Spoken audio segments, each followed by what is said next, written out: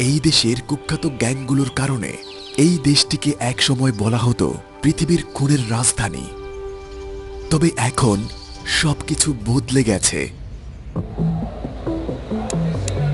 কারখানা, খামার, স্কুল, বিশাল মেশিন এবং আরো অনেক কিছু।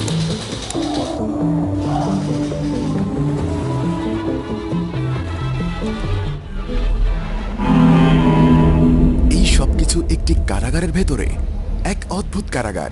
এগুলো এল সালভাদরের ব্যতিক্রমী কারাগার। পুরো বিশ্বের শিক্ষা নেওয়া উচিত। রাষ্ট্রপতি নায়েব বুকেলে তাদের লজ্জার চিহ্ন থেকে আশার আলোতে বদলে দিয়েছেন। এরা সবাই কয়েদি। এটি এল সালভাদরের মারিওনা কারাগারের ডাকনাম। একসময় এটি বিশ্বের অন্যতম বিপজ্জনক কারাগার ছিল। কয়েদিরা ঠাসা করে থাকতো। আর এখন কেমন দেখুন, এটা কারাগারের ভেতরে। এই কারাগারটি আগে এমন ছিল, এখন এরকম। এল সালভাদরের মানুষ এখন সচেতন হয়েছে। এর আগের পর্বে আমরা সেকোটে গিয়েছিলাম, যেটা ছিল জঘন্য সব অপরাধীদের কারাগার। সত্যি বলতে আমরা বিশ্বের সবচেয়ে ভয়ানক জায়গায় ছিলাম। হাইতির বর্তমান অবস্থার চেয়েও 3 গুণ বেশি ভয়ানক। কারণ এটা আমাদের দেশ। রহস্যটা কি? একটি আইনের রাষ্ট্র। এটি এখন পৃথিবীর সবচেয়ে সুন্দর কারাগার। উনি এই দেশের বিচার ও জননিরাপত্তা মন্ত্রী। আমরা একসাথে এল সালভাদরের সবচেয়ে ভয়ানক গ্যাং পাড়াগুলিতে যাব। আমাদের এক সময়কার ভয়ানক এলাকায় নিয়ে গেলেন। আজ আমরা খুব সিক্রেট জিনিসগুলো দেখব, এমন কিছু যা অন্য কোনো দেশে কখনো ঘটেনি। আমরা এখন একটি কারাগারের ভেতরে আছি। আপনি কি কয়েদি? হ্যাঁ, আমি কয়েদি।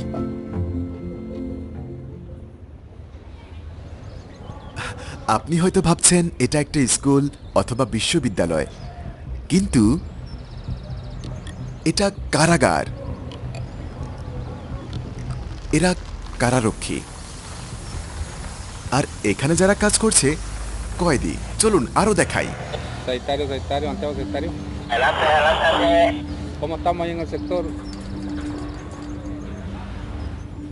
এরা গ্যাং সদস্য নয়, এরা তাদের চেয়ে আলাদা। এদের পুনর্বাসিত করা হচ্ছে যাতে এরা সমাজে পুনরায় ফিরে যেতে পারে। এদের বেশিরভাগই তেমন গুরুত্বপূর্ণ অপরাধী নয়। পরিকল্পিত হত্যার দায়ে দোষী সাব্যস্ত ব্যক্তিরা অথবা প্রাক্তন গ্যাং সদস্যরা ছাড়া এই কারাগারটি চোর, প্রতারক এবং এমন আরও অন্যান্য অপরাধীদের জন্য। আচ্ছা, রাষ্ট্রপতি বুকেলে যখন থেকে দায়িত্ব গ্রহণ করেছেন, শান্তির ধরন তিনি সম্পূর্ণরূপে পরিবর্তন করে ফেলেছেন। এমন গল্প আছে যে তারা মানুষের মাথা দিয়ে ফুটবল খেলতো। তারা একসময় মানুষের মাথা দিয়ে ফুটবল খেলতো। প্রতি একদিনের কাজের জন্য তাদের সাজা থেকে 2 দিন কাটা হয়। আর তাই কয়েদিরা বেশ আগ্রহ নিয়ে কাজ করতে চায়। তো কেন তারা এক সময় দেশের মানুষের যত ক্ষতি করেছে, আর এখন তারা মানুষের জন্য ভালো কাজ করে সেটার প্রতিদান দিচ্ছে?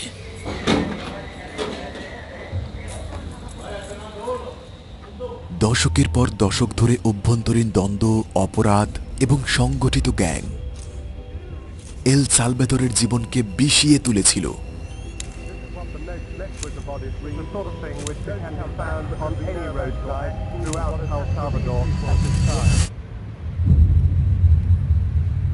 এই সংঘাতগুলি 1979 থেকে 1992 সাল পর্যন্ত এই দীর্ঘ 12 বছরের মধ্যে গৃহযুদ্ধে পরিণত হয়। যুদ্ধরত পক্ষগুলির মধ্যে একটি শান্তি চুক্তির মাধ্যমে এই যুদ্ধ একসময় বন্ধ হয়, তবে তা ছিল ক্ষণস্থায়ী।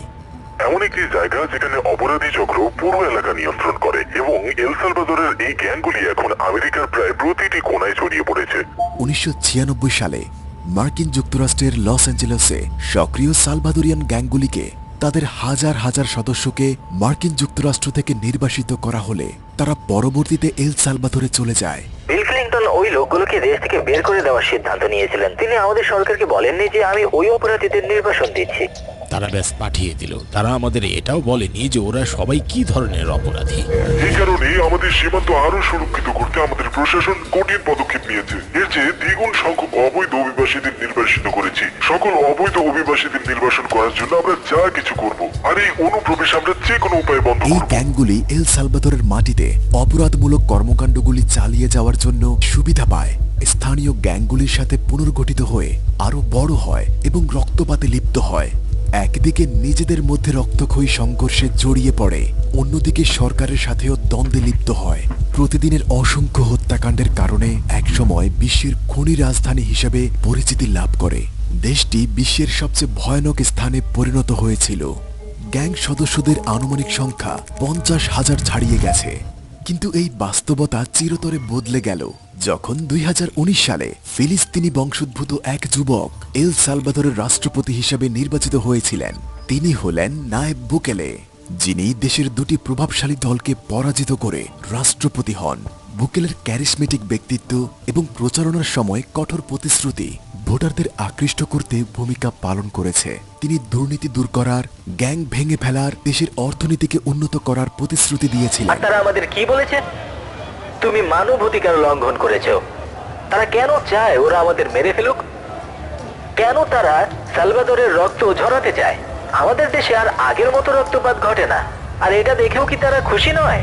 তিনি দুর্নীতির বিরুদ্ধে লড়াই করেছেন, দুর্নীতিবাজ কর্মকর্তাদের বিচার করেছেন এবং সন্ত্রাসী গোষ্ঠীর বিরুদ্ধে নির্ভীক ও নিরলস এক যুদ্ধ চালিয়েছেন। তিনি তাদের নেতাদের উৎখাত করে তাদের সদস্যদের বন্দী করলেন আর তাদের জন্য তৈরি করলেন সবচেয়ে সুরক্ষিত এবং কঠোরতম ল্যাটিন আমেরিকার বৃহত্তম কারাগার, এখানেই এল সালভাদরে।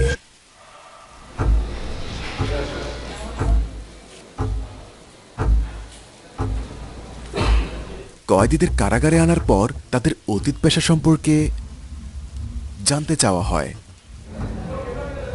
তাদের মধ্যে আছেন ডাক্তার, প্রকৌশলী এবং অন্যান্য সকল ধরনের পেশাদার। অন্য বন্দীদের শেখানোর জন্য তাদের নিযুক্ত করা হয়। Nunca ha fracasado en su vida. Experiencia nueva para poder hacer las cosas bien. তিনি তাদের একটি মোটিভেশনাল স্পিচ দিচ্ছেন, সমাজের প্রতি তাদের কর্তব্য বোঝাচ্ছেন। তিনি তাদেরকে এই জায়গা থেকে এক নতুন ব্যক্তি হিসেবে সমাজে ফিরে যেতে অনুপ্রাণিত করছেন। Yo, conocer yo a dónde voy a llevar. সেলগুলো ওখানে আর ক্লাসরুমগুলো এখানে।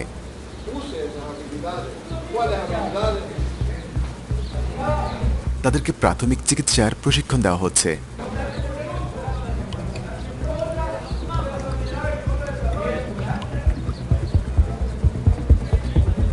এগুলো ছাত্র সংখ্যা, আর এগুলো হলো বর্তমানে তারা যেসব কোর্সগুলো নিচ্ছে। ওরা এখন ক্লাসরুমে আছে। প্রতিটি ক্লাসে একটি করে স্ক্রিন আছে যেখানে তারা ফেস রিকগনিশন ব্যবহার করে।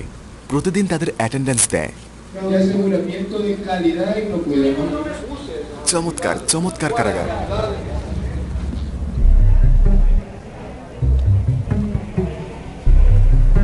এরকম কারাগার আমাদের আরো দরকার। চলুন তাদের কাছ থেকে কিছু শিখি।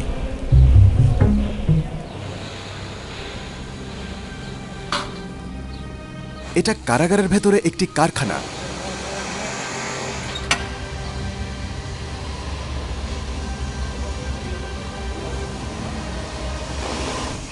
তারা এখানে একটি আস্ত জুতার কারখানা তৈরি করছে, যেন কারাগারের ভেতরে একটি নাইকের কারখানা বানানো হয়েছে।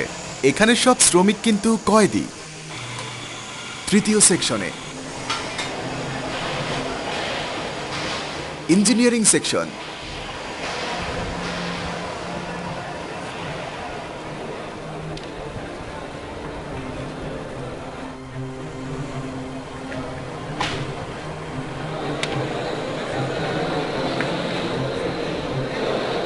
এখানে প্রচুর সংখ্যক কয়েদি আছে আর তারা সবাই প্রশিক্ষণ নিচ্ছে। Solamente con esto.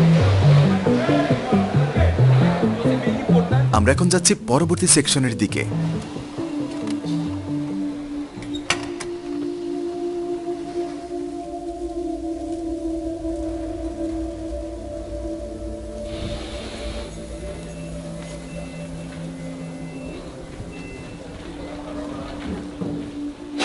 Electronics section.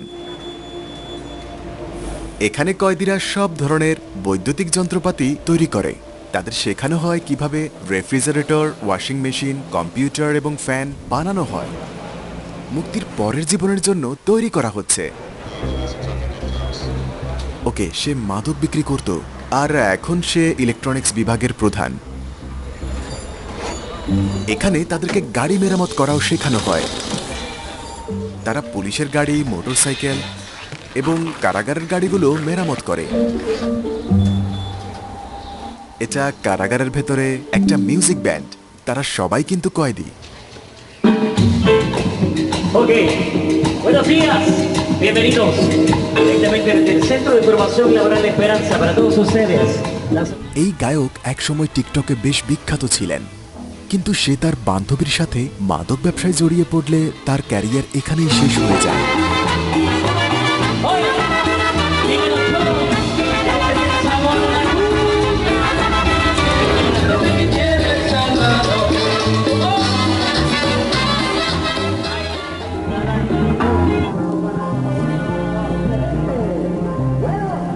এই কারাগারে ৭০,০০০ কয়েদি আছে।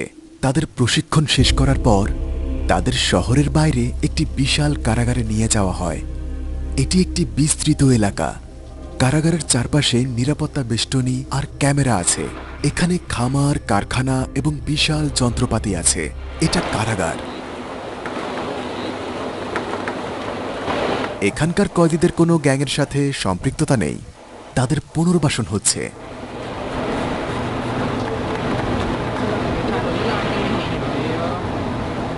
এটি যেন একটি কারখানা। এই কুকিগুলো এখানে বেক করা। বিসমিল্লাহ।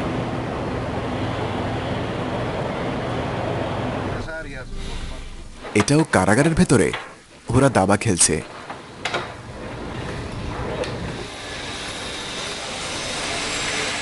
এটা একটা আস্ত কারখানা, কিন্তু সব শ্রমিকই কয়েদি। তারা এই ভবনের ভেতরে ৫০০টি স্কুল ডেস্ক তৈরি করেছে, যেন আইকিয়াতে হেঁটে যাচ্ছে পাবলিক স্কুলের জন্য। অনেক ল্যাটিন আমেরিকার দেশ এই মডেলটি অনুসরণ করার চেষ্টা করছে। আশা করছি এই মডেলটি বেশ জনপ্রিয় হবে।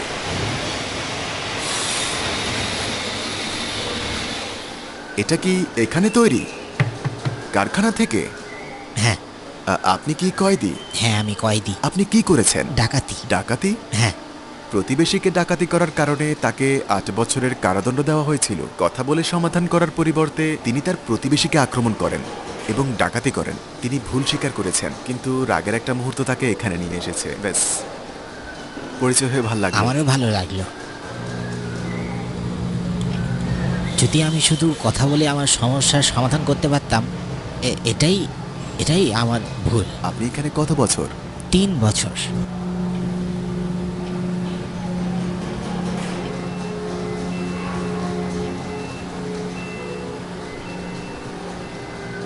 আলাস্কা? এটা আপনার জন্য। অনেক ধন্যবাদ ভাই। তো কারাগারের ভেতরে খামারও আছে।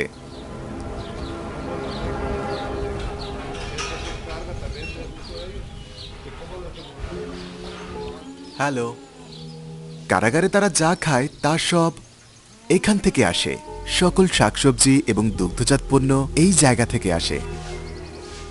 এটা যেন একটা শুধু কারাগার নয়, পুরো একটা শহর মনে হচ্ছে।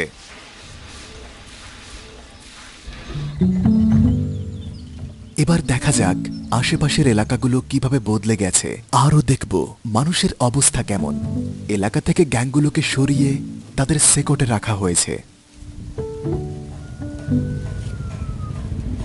এই এলাকার নাম লা কাম্পানেরা। আমরা একা যাব না, আমাদের সাথে থাকবেন আইন ও জননিরাপত্তা মন্ত্রী। কেমন আছো? এখানকার মানুষ সন্ত্রাসী রাজত্বের অধীনে বসবাস করত প্রায় ২০ বছরেরও বেশি সময় ধরে। আর এখন তারা এই এলাকাটা তৈরি করছে। হ্যাঁ, এটা তাদের জন্য নতুন উদ্যোক্তার পথ খুলে দিয়েছে। তাদের পক্ষে কিছু বিক্রি করাও অসম্ভব ছিল।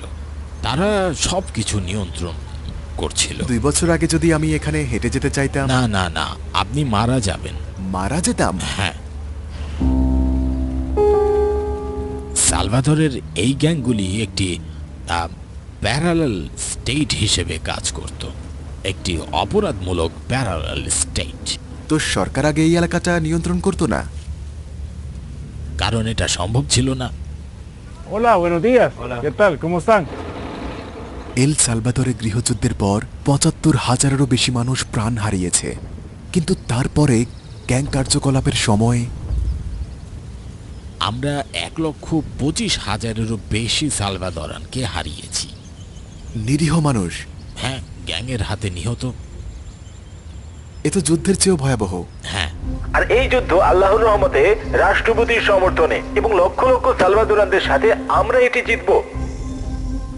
আমাদের রাষ্ট্রপতি নায়েব বুকেলের ক্ষমতার প্রথম বছরে আমরা দেখেছি যে আমাদের অঞ্চলের 90%-এরও বেশি জায়গা গ্যাং সংগঠন দ্বারা নিয়ন্ত্রিত ছিল, আর 60 লক্ষেরও বেশি মানুষ সন্ত্রাসী রাজত্বের অধীনে ছিল।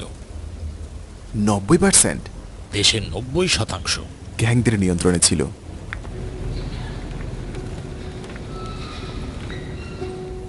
তো এল সালভাদরের আশেপাশের দেশগুলো কি এখনো নিরাপদ নয়? না না না, তারা নয়। অভিনন্দন। ধন্যবাদ। এখন এল সালভাদর পশ্চিম গোলার্ধের সবচেয়ে নিরাপদ দেশ।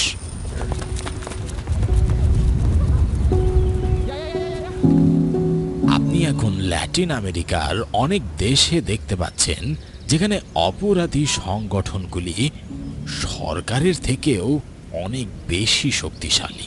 নাইব বুকেলের ক্ষেত্রে এটি অনুমোদিত নয়। শেষ। হ্যাঁ হ্যাঁ, একদম। কারণ সরকারকে জনগণকে নিরাপত্তা, স্বাধীনতা এবং আশা দিতে হবে। 3টি শব্দই সুন্দর, অসাধারণ।